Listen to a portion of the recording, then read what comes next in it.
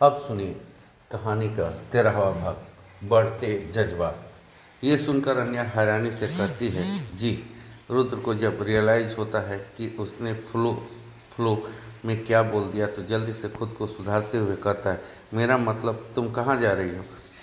अन्य बालकनी की ओर इशारा करते हुए कहती है, बालकनी में सोने।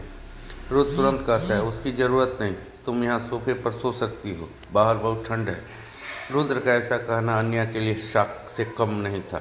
वो उसे नासमझी में देखते हुए कहती है, पर आपने ही तो। वो इतना ही कह पाती है कि रुद्र उसकी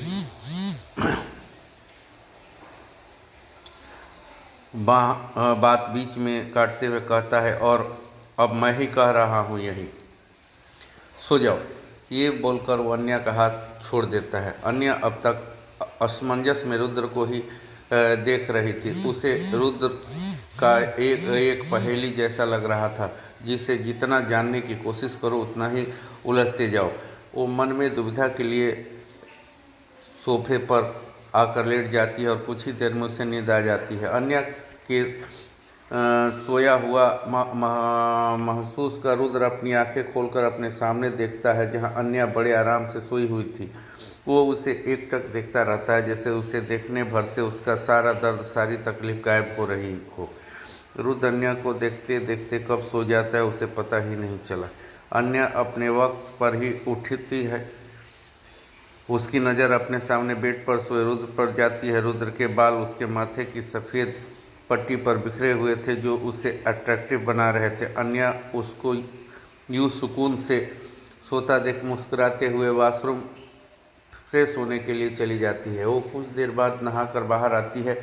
आज उसने हल्के रंग की साड़ी और उसी के साथ फुल स्लीव ब्लाउज पहना था। वो एक नज़र सोते हुए रुद्र को देखकर मिरर के सामने आ जाती है। फिर वो अपने बालों को सुलझाकर माथे पर बिंदी, होठों पर गुलाबी लिपस्टिक लगाती है, गले में मंगलसूत्र और मांग में रुद्र के नाम का सिंदूर सजाकर मिरर से रुद्र को देखने लगती है। तभी उसकी नज़र रुद्र के चेहरे पर जाती है, जिस पर दर्द के कारण शिकन थी। ये देख वो जल्दी से उसके पास जाती है और देखती है कि रुद्र के कंधे पर लगा पिलो नींद में ही अपनी जगह से हट गया था।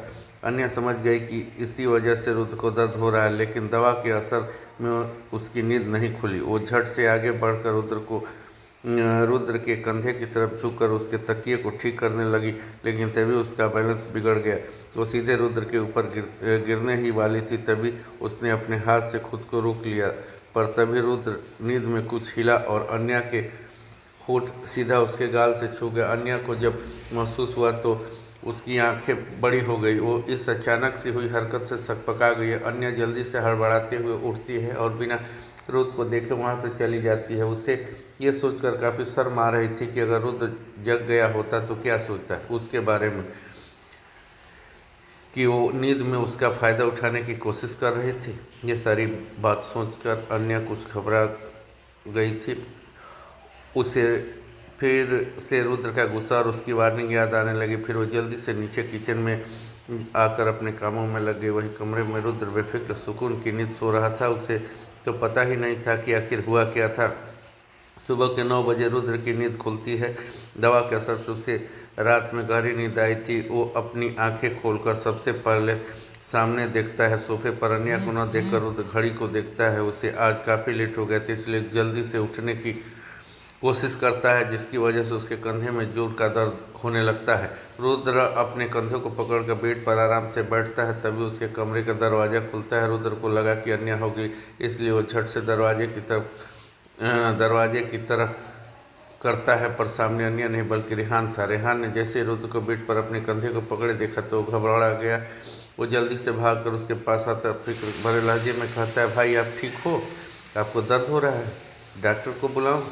इतना बोलते हुए रेहान ने जैसे ही अपना फ़ोन निकाला, रुद्र उसका फ़ोन लेते हुए कहता है, नहीं रेहान, ज़रूरत नहीं, मैं बिल्कुल ठीक हूँ। रेहान एक बार फिर उसको देखकर कंफर्म करते हुए कहता है, पक्का? रुद्र सिर्फ अपनी पलकें झपका देता है तो रेहान जल्दी से आकर रुद्र को साइड से हग कर लेता है। उसे ऐसे करते देख रुद्र को कोई हैरानी नहीं हुई। वो रेहान का नेचर जानता था कि वो बाहर से जितना जिंदा दिल है मजाकिया, उतना ही अंदर से भावुक इसलिए रुद्र अपने दूसरे हाथ को से रेहान के सिर को सहलाते हुए कहता है, रेहान मैं बिल्कुल ठीक हूँ और ऐसी छोटी छोटी खरोचों से डरना नहीं चाहिए। रेहान कहता है, भाई डर तो लगता है आपको खोने से। आपको पता है ना, जब से मम्मा गई है तब से आप ही मेरी दुनिया हो। आपको मैं खो नहीं सकता भाई। डर लगता है कि अगर आपको कुछ हो गया तो मैं अकेला पड़ जाऊंगा।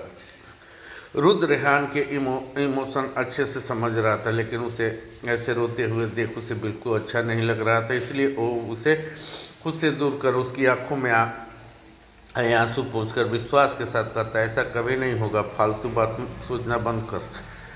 फिर कुछ सोचकर आगे कहता है, अगर इतना ही सोचने का दिल कर रहा है तो मेरे बदले आज आप ही चले जाओ, वहाँ काम करोगे तो ऐसी फालतू बातें नहीं सोचोगे। ऑफिस का नाम सुनकर रेहान खड़बड़ाते हुए कहता है, ऑफिस? मैं? रुद्र हाँ सिर हिलाता है। रेहान ये सुनकर जल्दी से कहता है, मैं कैसे जा सकता, मुझे तो कॉलेज जाना है, मेरी इम्पोर्टेंट क्लास है।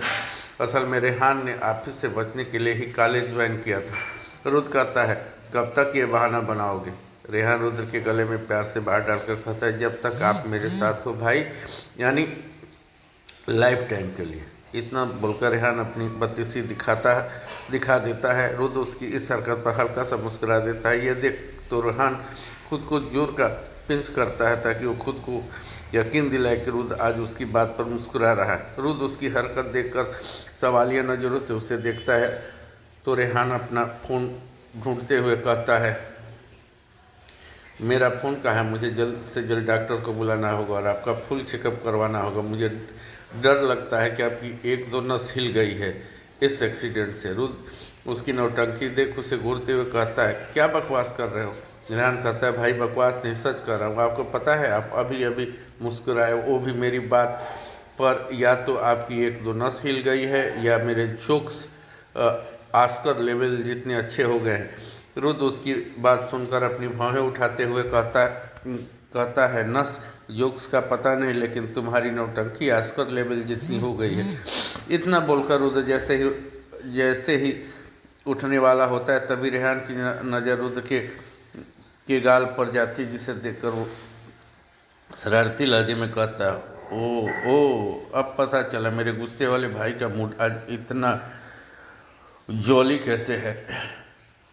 रुद्र उसकी बात को इग्नोर करके अपने फ़ोन में कुछ चेक करता है, पर रेहान अपनी ही धुन में कहता है, वो इसलिए क्योंकि मेरी प्यारी भाभी ने भाई को इतनी प्यारी गुड मॉर्निंग जो दी है। उसकी बात में अन्या का जिक्र सुन रुद्र की अंगुलियां रुक जाती है और वो रेहान को घूरता है। रेहान मुंह बनाते हुए कहता है, मुझे क्यों घूर रहे हो भाई? हकीकत तो आपका वो निशान बयां कर रहा है जो छुपाते नहीं छुप रहा। इतना बोलकर रेहान हंसने लगा और तभी उसकी नज़र दरवाजे पर आ गई जहाँ अन्या रुद्र की काफ़ी लिए खड़ी थी। पर जैसे ही उसके कानों में रेहान की बात पड़ी वो तो जम सी गई।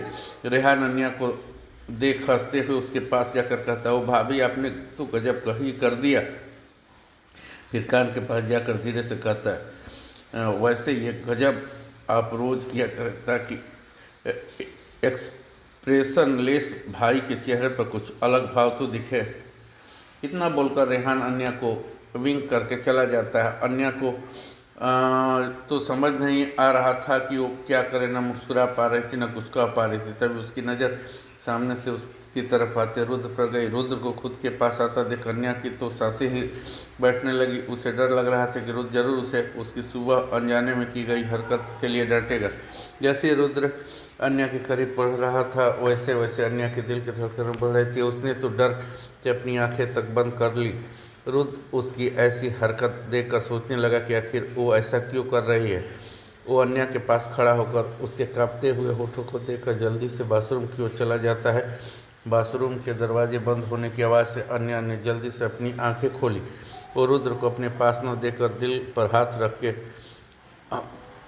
एक चैन की सांस लेते हुए मन में कहती है, अभी तो बच गई अन्या, पता नहीं कब तक बचती रहेगी।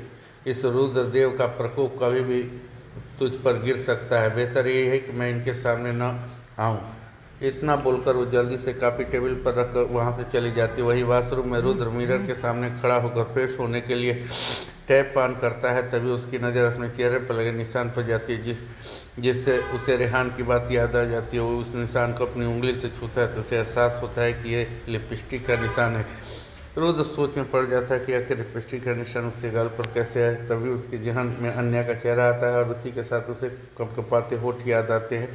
उन पर भी यही रंग लगा था, जिसे सोचकर रुद्र की भौहें तन जाती है। आखिर इस निशान का मतलब क्या है? वो खुद को मिरर में देख अपने गालों पर लगे उस निशान के ऊपर उंगलियां फिर कर अन्या को महसूस करता है। ये फीलिंग उसके लिए बिल्कुल अलग थी। वो निशान को छूकर हल्का सा मुस्कुरा देता है। उसे अन्या पर बिल्कुल भी गुस्सा नहीं आ रहा था, बल्कि वो खुद कुछ और ही फील कर रहा था, जिसे अभी भी वो समझ नहीं पा रहा था। कुछ देर बाद वो फ्रेश होकर अपने स्टडी रूम में चला जाता है। आज वो ऑफिस नहीं गया था, इसलिए घर से ही वो अपने सारे ज़रूरी काम निपटा रहा था। ज्ञान भी उसके साथ ही था। रुद्र जब काम में लगा होता है तो उससे उस वक्त का कुछ होश नहीं रहता है। कब सुबह से दोपहर और दोपहर से शाम होगी उसे पता ही नहीं चला। आज भी वही हुआ। अन्या ने रुद्र का खाना और दवाइयाँ नौकर के हाथ उसके स्टडी रूम में भी भिजवा दी थी। असल में उस सुबह वाले इंसिडेंट की वजह से रुद्र के सामने जाने से डर रही थी, लेकिन जब उसे पता चला कि रुद्र ने अब तक न खाना खाया न दवाई ली तो उसे अब रुद्र की फिक्र होने लगी। उसे इतनी चोट लगी थी कि उस पर से इतना काम उसके लिए ठीक नहीं था। नौकरों से यह भी पता चला कि ये रुद्र की पुरानी आदत है और काम के बीच में उसे दखल अंदाजी बिल्कुल पसंद नहीं। ये सब जानकर अन्य सोच में पड़ गई। वो जाना तो नहीं चाहती थी, लेकिन जब उससे रहा नहीं गया तो वो अपने कदम उसके स्टडी रूम की तरफ बढ़ा देती। उसके अंदर घबराहट तो थी, लेकिन उससे ज़्यादा रुद्र की फिक्र थी, इसलिए वो अपनी सारी हिम्मत जुटाकर दौड़ना करती है। रूम से आवाज़ आती है तो अन्य गहरी सांस लेकर अंदर चली जाती है। सामने रुद्र अपनी चेयर पर बैठा कोई पेपर्स पढ़ रहा था। उसके आसपास टेबल पर भी पेपर बिखरे हुए थे और जियान ठीक उसके बगल में खड़ा होकर उसके इंस्ट्रक्शन को फॉलो कर रहा था। जियान की नज़र अन्या से मिलती है तो अन्या उससे जाने का इशारा करती है, जिसे देखकर जियान रुद्र को देखता है जो अपने कामों में खोया हुआ था।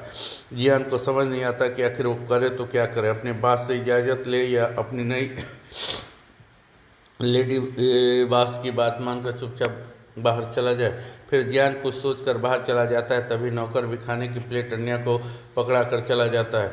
इस वक्त कमरे में सिर्फ अन्या और रुद्र थे। रुद्र को अब तक अन्या के प्रेजेंस का आइडिया नहीं था, लेकिन अन्या की नज़र रुद्र पर ही थी। उसे समझ में नहीं आ रहा था कि वो आ तो गई, लेकिन रुद्र को कहे क्या, कहीं उसका गुस्सा उस पर फूट न जाए। यही सब सोच कर वो घबराहट में अपने हाथ मसलती है, जिससे उसके हाथ में पहनी चूड़ियाँ खनक जाती है। ये आवाज़ सुनकर रुद्र तुरंत अपनी नज़र उठाकर सामने देखता तो अन्या की नज़र उसकी नज़र से मिलती है, जिससे एक पल के लिए दोनों एक दूसरे में खो जाते हैं। लेकिन अन्या जल्द ही होश में आते हुए अपनी नज़रें झुका लेती है। रुद्र उसे देखते हुए कहता, तुम यहाँ कोई काम था? अन्या अपनी घबराहट छुपाते हुए खाने की ओर इशारा करके कहती है, हाँ वो खाना। इतना बोलकर वो चुप हो जाती है। रुद्र भी वहाँ रखे प्लेट को देखकर वापस अपनी फाइल में देखते हुए कहता, तुम रख दो, मैं बाद में खा लूँगा। रुद्र के ऐसे खाने पर अन्या कहती है, दोपहर से तो रखा है, अब तो शाम होने को आई है, आपको इतना काम नहीं करना चाहिए, चोट लगी है आपको। अन्या के ऐसे खाने पर रुद्र की नज़र सीधा उस पर जाती है जो इस वक्त सर नीचे करके खड़ी थी। रुद्र अपनी फाइल बंद करके चेयर से उठकर ठीक अन्या के सामने खड़ा हो जाता। अन्या रुद्र के करीब होने से सहम सी जाती है। वो अपने कदम पीछे करते हुए कहती है, मैं पत्नी होने के नाते नहीं कर रही हूँ, मैं वो। इतना बोलकर वो कुछ सोचने लगती है। तभी रुद्र उसे देखते हुए कहता, अजनबी और नौकरों में इतनी हिम्मत नहीं कि वो रुद्र राय चौहान पर हुक्म चला सके। तो रुद्र कैसे करने पर न्यासमंजस में उसे देखने लगती है। रुद्र बिना कुछ के सोफे पर बैठ जाता है और खाना खाने लगता है। खाना खाते वक्त अब रुद्र को कुछ दर्द का एहसास हो रहा था, पर वो बिना इस बात को जाहिर किया अपना खाना खाने लगा था। अन्या उसका दर्द देख पा रही थी, इसलिए वो जल्दी से कमरे से बाहर जाती है और 2 मिनट में आइस पैक लेकर आती है। फिर रुद्र के कंधे और बाजू के बीच में रख देती है। अन्या के ऐसा करने पर रुद्र अपनी नज़र उठाकर उसे देखता है, पर कहता कुछ नहीं। कुछ देर में रुद्र अपना खाना फिनिश करके वापस अपने काम में जाने ही वाला था कि तभी अन्या तुरंत आगे बढ़कर उसकी बाजू पकड़ लेती है। रुद्र पलटकर अन्या के हाथ को देखता है जो उसके बाजू को पकड़े खड़ी थी। अन्या तुरंत अपना हाथ हटाकर कहती है, आप सुबह से काम कर रहे हैं, अब आपको रेस्ट करना चाहिए, नहीं तो हैंड में स्वेलिंग आ जाएगी। उसके कहने पर रुद्र बिना कुछ कहे अपना लैपटॉप उठाकर कमरे से बाहर चला जाता है। अन्य तो हैरान सी मसरूद को देखती रहती है। वो मन में कहती, अन्य इस अक्कड़ू राय चौहान को क्या हो गया है?